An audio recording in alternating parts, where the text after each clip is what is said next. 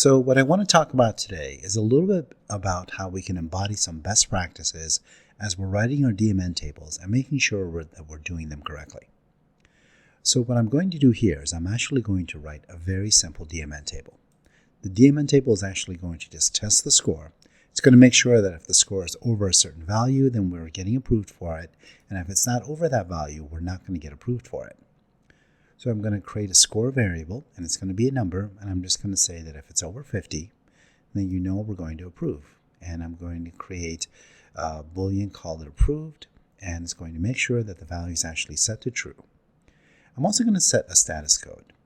And the reason that I do this is because it's really important that when you're developing rules, you provide some sort of meta information about what's actually happening in the rule. This becomes very helpful to you later when you're doing testing and also when you're validating input. And I'll talk about that a little bit more in just a minute. So my rule is going to be that if the score is over 50, you're approved. Your status code is going to be 200, and I'm going to say we love you. And if you're not approved, the status code is still going to be 200 because it's still a valid output, but you're going to be rejected. And the message is going to be that you're not invited to the barbecue. So I'm having a little bit of fun with the messaging here, but it's important to know that what I'm really trying to achieve is making sure that I'm providing meta information.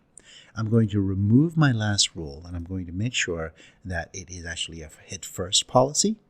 And then I'm going to go ahead and deploy this and make sure that it's actually accurate and useful, and it's something that we can actually execute. So the next thing I'm going to do is I'm going to write a very simple BPMN that's going to test this. It's going to start a call to the rule and then ask to make sure that we can actually debug that. I'm going to reference the rule that I created by its ID, and then I'm going to come in and I'm going to write a very simple debug that I'm going to make sure that I label all my activities and notes to make sure that I have good hygiene, and then I'm going to deploy it and I'm going to run it, and I'm actually not going to give it any input when I run it. So when you actually see that it's executing, you'll see that it is my rules result have not been approved. I got a status code of 200 and the message is, hey, you're not allowed to the barbecue. That's fine, but it doesn't actually give me a lot of useful information. It doesn't tell me why I was rejected. So I'm actually going to go and embed a best practice, in my opinion, that's going to help us resolve this. I'm going to say that if the score is actually equal to null, I'm still going to reject you, but now I'm going to do it with a status code of 200. And I'm going to give you some kind of a message that will help you debug and understand why this is happening. Now, on the status codes, I should say that I personally tend to use RESTful type status codes because I find that a lot of people that I work with can relate to those. Also, as a best practice, I always write a validation rule at the very beginning because I want to make sure that I don't go through and do needless processing if something isn't actually executing.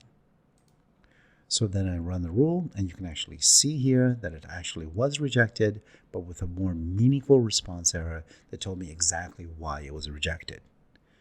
So now that I have the ability to go test this and the ability to go fix it and tweak it, and also, frankly, to support automated testing, which really helps me provide feedback and provide stable side effects and stable processes. I hope this has been helpful to you, and if you have any questions, comments, feedback, suggestions, or other things that you'd like to see, please don't hesitate to comment. Thank you very much.